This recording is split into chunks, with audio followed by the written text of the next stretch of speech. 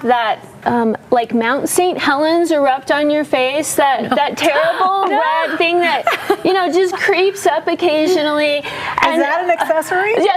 So what we want to do is not emphasize things like that. We want to emphasize your best, most pleasing parts. So if you feel like you have a slim waist, that could mean a belt. So I have just kind of a basic sheath dress, but then when I add the belt, all of a sudden, it emphasizes my waist, but it also adds a little finishing touch, a little panache, a little icing on the cake. Okay, I like it. I like the detail. And if you don't feel like your waist is as slim, then add a necklace, and that is going to bring the attention towards the center front. We're not focusing as much on this, especially if I take the belt off. It's more, your attention is towards the middle, and it's much more slimming. So you wouldn't do both, is what you're saying. It depends on the body shape. Yeah, so this is the key. You want one thing dominant and the rest subordinate. So if your eye's too confused because there's too many things that are the same scale fighting for attention, they might not be seeing you, and they're seeing the chaos that's going on. I think we do get into that habit of like, let's just go bold. Because all the layering of necklaces that you see a lot, and I think those look good, but I think you have to have maybe a solid. If that's your one focal point, you're good.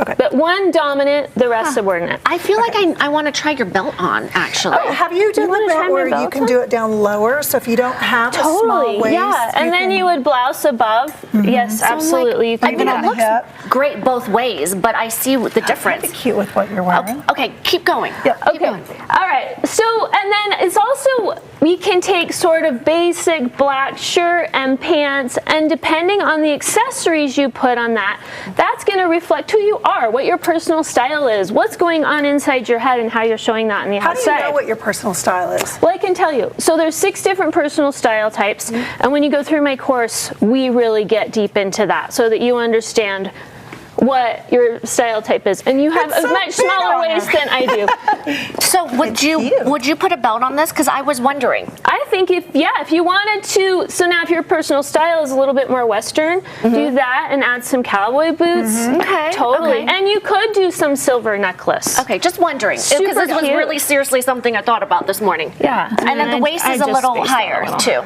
Yeah. But anyway, okay, I'm going to wear this for the moment. Okay, all right. So we've got black shirt, black pants. We had pearls. She's going to a little bit look more classic, romantic, right? If we have the same similar black shirt, pants, but we add this fun, crazy fringe thing, it's just like a collar that I got from Zara in Spain. All of a sudden, you're looking much more dramatic. Right. And wait, what about the earrings, though? You have that. Very dramatic, right? They're big, they're bold. There are lots of contrast and fun, So if this is your personal style, what I'm trying to say is you can take those basic pieces and change them based on your accessories to reflect your personal style. This is going to make her shoulders look broader, which could be great for her figure type. This is going to bring the attention towards the center, so if she's more rectangular, this is good. If she's more triangular with hips, this is going to be great too. So all of these accessories can change how you see your figure.